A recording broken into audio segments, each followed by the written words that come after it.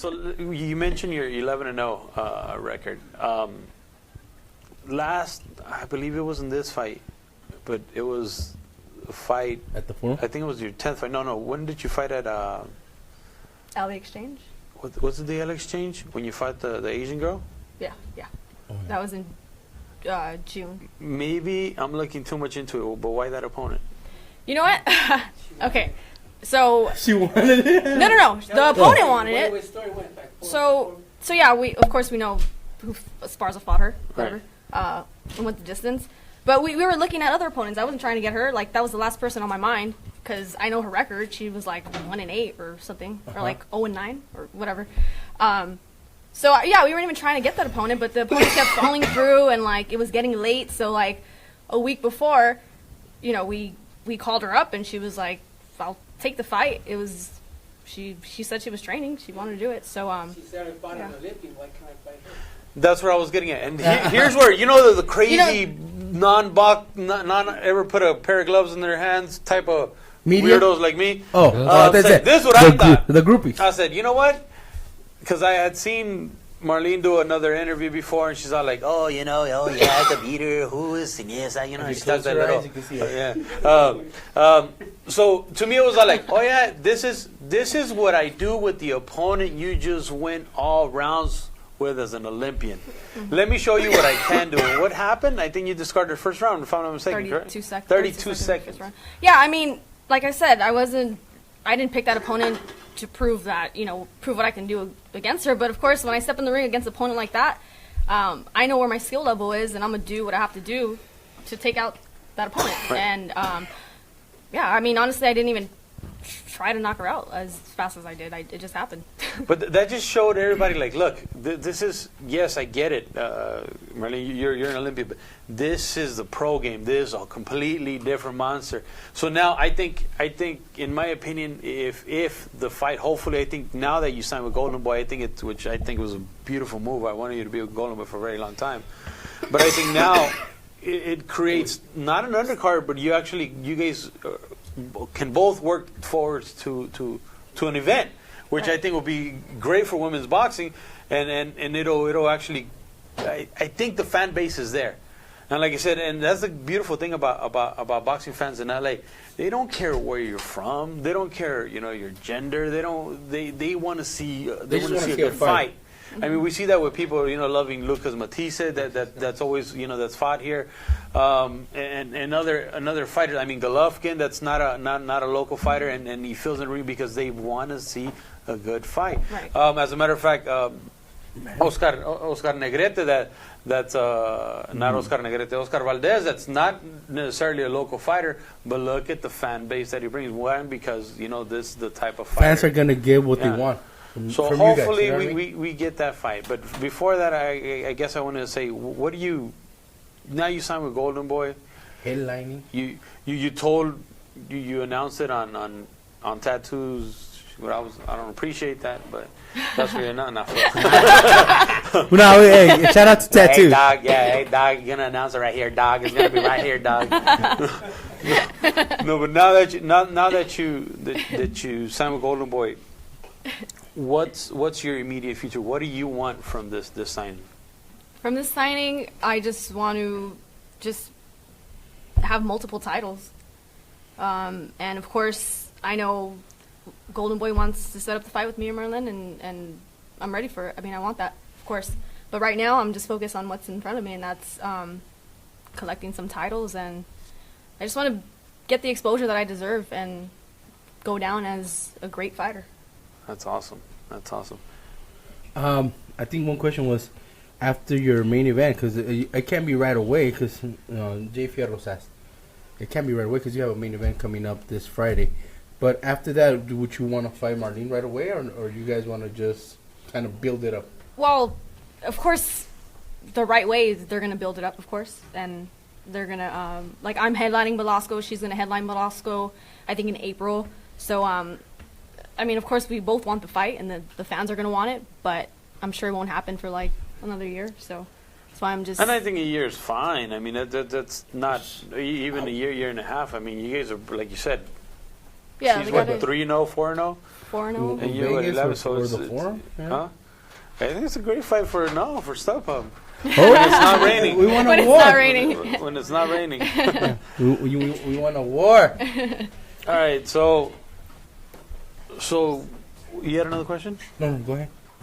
I guess my one of the questions that I have, and actually, I want to ask you, now that you're doing this, because this is a very tough sport for a girl, especially, but for someone who actually not so much for a girl, but for a woman to I guess you could say transcend into a legit star. What can you, if you could go back in time and tell that 8-year-old girl that started boxing, what would you tell her, and would you do it different? What would I tell her? That to not give up and continue to follow your dreams, because all the hard work will eventually pay off. And yeah, it's crazy because when I was a little girl, like, I just really just had my dad to tell me, don't give up, keep believing in yourself. And there's a lot of times where I was like, I can't do this anymore, I'm done. I don't want to box anymore. And I stopped for like almost a year. My dad was like, you better get your butt back in the gym. Get your ass back in the gym.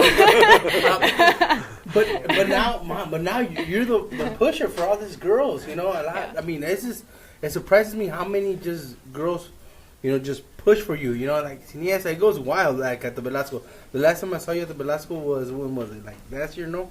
Yeah. And it was just like nuts. I mean, all the girls, like, it was just, they rushed you, you know what I mean? So it's like now you're the role model for them, you know what I mean? So now you're pushing all this new generation. And I think that's what we've won, right? Like, how does it feel, right? How does it feel? Yeah, and that's, and I'm sorry to cut you off, but I think that's what, because I mean, I look at it like, I have my sisters, my wife. There's a positive role model in boxing now. We didn't really have that before, not on a bigger stage like you are. So I think what you're doing is awesome, and I hope you really keep going for a very long time. Thank you, appreciate it. Yeah, it feels great to, be a role model and to be able to, inspire the next girl coming up, because I didn't have that growing up. Like, my role models were like Roy Jones and Sugar Ray Leonard and all that, but it's different having a female to look up to. Right. So I'm glad that, younger girls have that with me. Well, I'm glad your dad did a hell of a job here and didn't give you a bat like his boys. So, any more questions you have for her? Yeah, they have a question right here from Anthony Saldana. Would you like to fight Kenya Enriquez, and how do you feel that Anahi Torres won the title? Okay. Yeah, I would definitely like to fight Kenya, for sure. I think that'll be a great fight. I know she has some kind of title. She has a WBC, no? Yeah. Would you want a female Huichol belt? A what? A female Huichol belt. What You is haven't that? seen the Huichol belt? The one that the WBC made for Canelo and Golovkin, but it was made out of beads. No. Very weird. Let's move forward. What was the other question? I think the other question was that they want you to wear, they want to see if you'll let me wear your cape after your win on Friday. If they can wear my cape? No, if I could wear If their you cape. could? Weirdos. You can wear my cape. Can you run? You got to run the aisles, though. Yeah, you Nah, gotta. no mames, And man. throw I don't- shirts away. Come on. The cape won't even fit me, dude. Torres? Oh, what I thought about Torres beat. Wow, that was like an upset. Yeah. I'm happy for her. That's good. She's a tough opponent. She's durable. She throws a lot of punches. A lot of people were like texting me about that, saying like, man, when you fought her, like, you made it look so easy, and she just like beat this underdog. But yeah, that goes to show, don't underestimate your opponent. Like, especially the records are deceiving for sure. Respect the Yeah. opponent. So good for her. Yeah. Roger's asking if you can punch Sal in the face for him. Wow. Roger. Roger. Ow! The last time I asked for a raise. All right. Seniesa, your sponsors, who's your sponsors and how can they reach you? My sponsors, Rubio Real Estate. Shout out to Zoe's Mills for keeping me healthy all training camp. And Molinar, thank you for the War Media Center. Oh, Molinar is awesome. I get to enjoy watching whatever I want after training. So After great. training. Thank you. After training. Finally, we get a testament from Molinar, man. I'm telling you, these guys thought I was crazy. I'm like, no, this is really legit stuff. Yeah, I love this stuff. Where can your fans follow you, Seniesa? You can follow me on Instagram at Seniesa _superbad. I don't use Facebook or Twitter. Like, I don't know. I'm not that crazy over social media. But I use Instagram, so you can find me there. Cool. We're gonna be there Friday. You're Oh there yeah, Friday. we're gonna be there Friday. We're gonna be there Friday to cheer you on, and you get that victory and keep on pushing forward. Thank you for being on.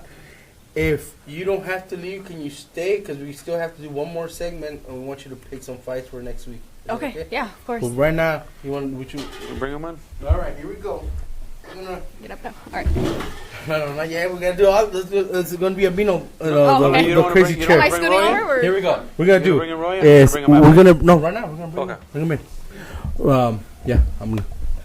So don't forget, guys. We also have our special guest. We always bring people from boxing in here.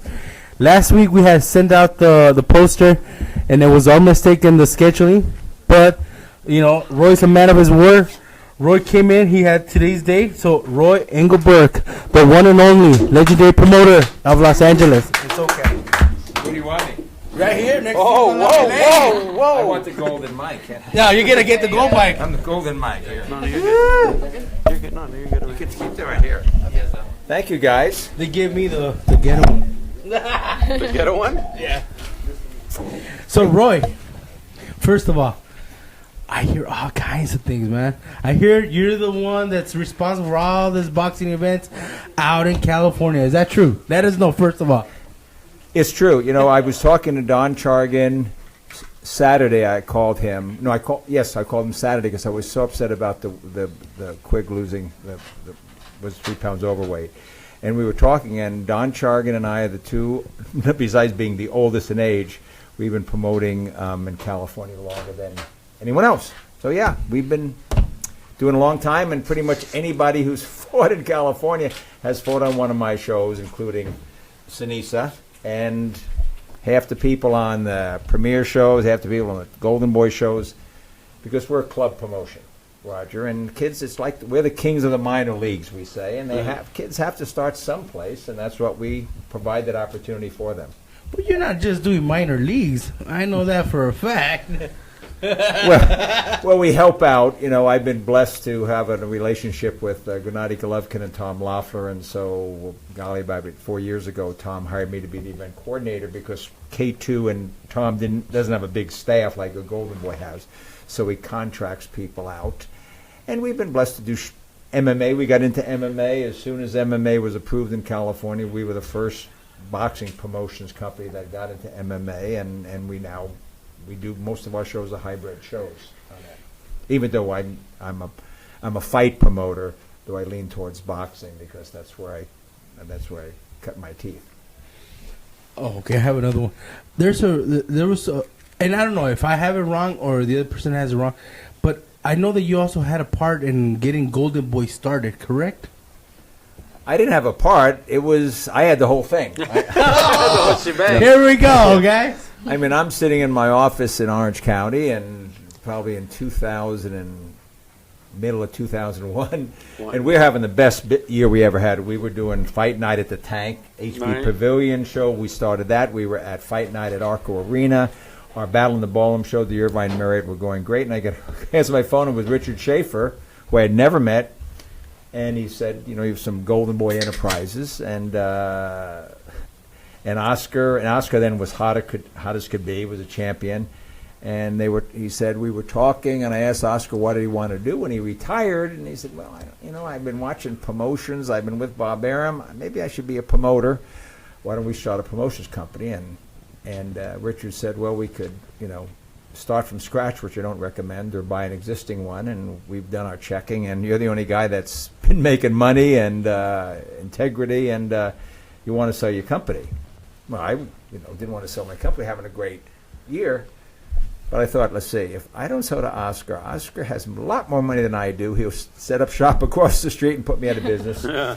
And I went up and met Steven Espinosa, who's now with Showtime. Right. Steven was Oscar's attorney at the time, and we met, and he acquired all my assets, and we started Golden Boy Promotions. And guys, I remember sitting across at Steven's law office, and I had never met Oscar before, and Oscar was there for the first time, and I knew what I could do, and I said, Oscar, if we make this deal happen, trust me, in 5 years, Golden Boy Promotion will be the biggest promotions company in the world.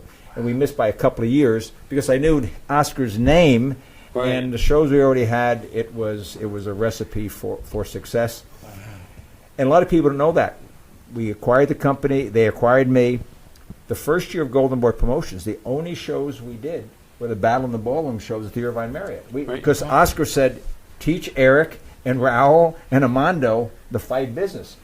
And only the second year when we got the HBO Latino shows did we kind of branch out. But we cut our teeth, and Eric Gomez cut his teeth at the Irvine Marriott Battle in the Ballroom shows, and here we are, that was 2001, and here we are 15, 16 years later, and Golden Boy is a staff of 30 and big time.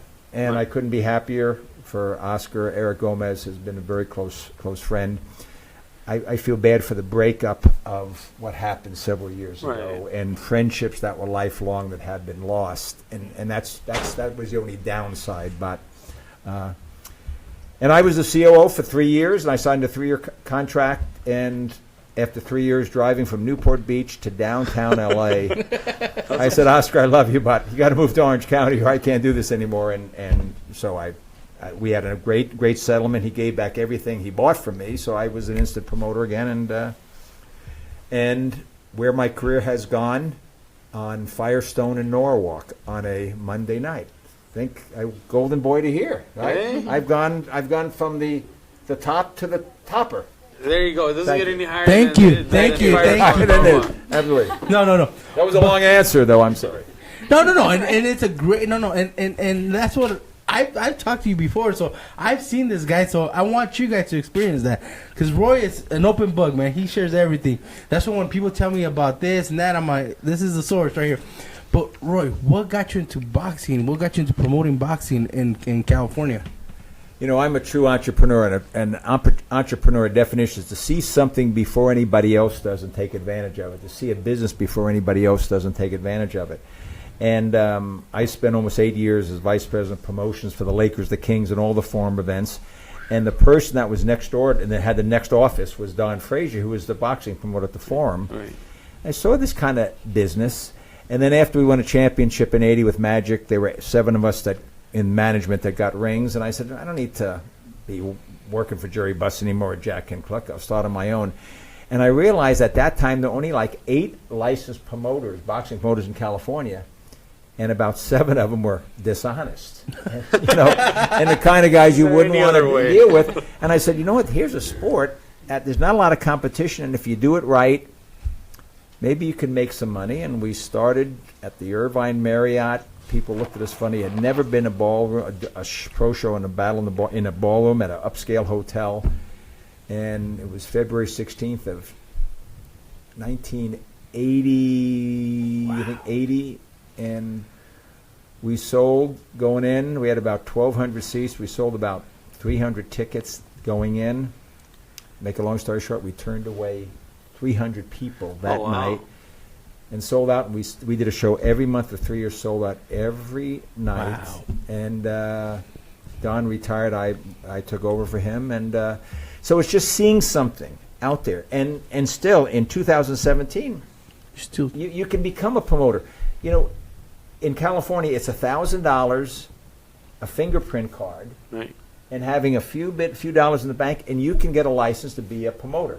That's the good news. The bad news is it's pretty easy to get a license, which means you could go out and do a show and lose $30,000 because they all think it's easy, and it's not. And they think they're going to make 30, they lose 30, and they're never heard from again. Hi, Leo Santa Cruz. Oh, come on, man. I just said hi. What are you guys talking about? Okay. And I guess, and I don't know if you can open up to this, but what is one of the hardest things to do as a promoter? Now you're saying that some people could lose $30,000, but what is the hardest thing? Is it the matchmaking? Making money. You know, yeah. The hardest thing is to turn a profit, because I tell people, you know, maybe 6 to 8% of the population are boxing fans. And so that you're already going in with not a whole lot of opportunity. And then it's not like you're putting on Triple G or Oscar fighting. You're putting on a club show. So how do you get people on a Thursday night to get in their car and drive to your venue to see just minor league fighters? So you really have to. If you've been to our shows, we give away money, we give away pizzas. We're really at the minor league baseball mentality where it's not as much the sports. Absolutely, the cigar. It's more of the entertainment on that. Matchmaking is critical. If you don't have a good matchmaker, the promoter is only as good as his matchmaker, and I hope that Mel Valenzuela and Chuck Bosek are not listening tonight, because then they want more money, because when I tell them that. But if you don't have somebody good has fights, to bleep that right now. you know this, guys. Boxing fans of all the sports, boxing fans are the most knowledgeable fans out there. They know a good product. They know a good, even if it's a 4-rounder, they know that it was evenly matched, and they'll come back. And a fight fan will go to, if there's 2 live shows in a week, a lot of those people will go to both those shows. They just like going. And this was alien to me as I was involved with the Lakers and the Kings, so I didn't know really boxing, even though I was a big boxing fan with the Gillette Cavalcade of Sports, realizing how dedicated they are and how committed they are. But if you give them baloney, they're going to say baloney to you. See you later. Question, Sal? Well, no, I following up on that, what do you have going on these days? Because I heard rumors, but I want to make sure we get them from you. Well, we sold out, 2 weeks ago, or February 15th was our opening night. It was our 50th show anniversary at Fight Club OC. We sold out. We sold all our 50 standing room only. Again, the local fighters have sold a lot of tickets for us. We're looking to do MMA again at the Queen Mary. We did 4 shows MMA at the Coliseum. Well, I have Seniesa here. You know what? I think, Roger, that you really hit it. Seniesa to me is a very, very smart fighter. There's a lot of people that are just animals and have a lot of raw talent, and they have $1 million body and a 10-cent brain. Seniesa has $1 million body, and I'm not saying that because she's a female, but she has $1 million brain too. She's a very smart girl. I've done more female fights in my career than any other promoter by far. Unfortunately, there's just not a lot of money to be made, and I don't think it'll ever get there. She's doing it because she loves this. She's getting some recognition. Eventually, if Golden Boy takes her to Japan, where she can make some money, where she can make $50,000 or $100,000 to fight a Japanese fighter, because. Good news is she's 108 pounds. Bad news is she's 108 pounds because on one hand you got quality opponents out there. But I'm very happy for her success, and she's 11-0, and know that she kind of part of that career was through Fight Club OC. Would you be interested in going to Japan now that Roy said that, where the big money could be? I mean, I think I would have the capability of having those fighters come to me. Especially with Golden Boy having like Golden Boy that. promotion. And that's where signing with Golden Boy. Yeah. Golden Boy. No, right. Can I get what he means, because a lot of women, they have to take that risk to go to other countries and fight, because it's like, okay, well, that's the only way I'm going to make big money, and that's the only way I can get a big fight like that. But see, as a club promoter, when I say so, I don't have the budget because I'm a businessman who wants to turn a profit. So it would make no sense to try to fly somebody in from Japan, even though Seniesa would sell a lot of tickets. Right. It wouldn't pencil out to cover that. Right, to cover the expense. Golden Boy can now say she's going to be the semi-main on a fight at the Forum or the StubHub, and we're going to bring the WBC champion, the WBO, from Japan over here, or from Thailand or Korea, and market to those people here in LA as well as Seniesa's database. Oh. And now because of that fight, Oscar might make $50,000, which covers the cost, and it elevates female boxing. Mm-hmm.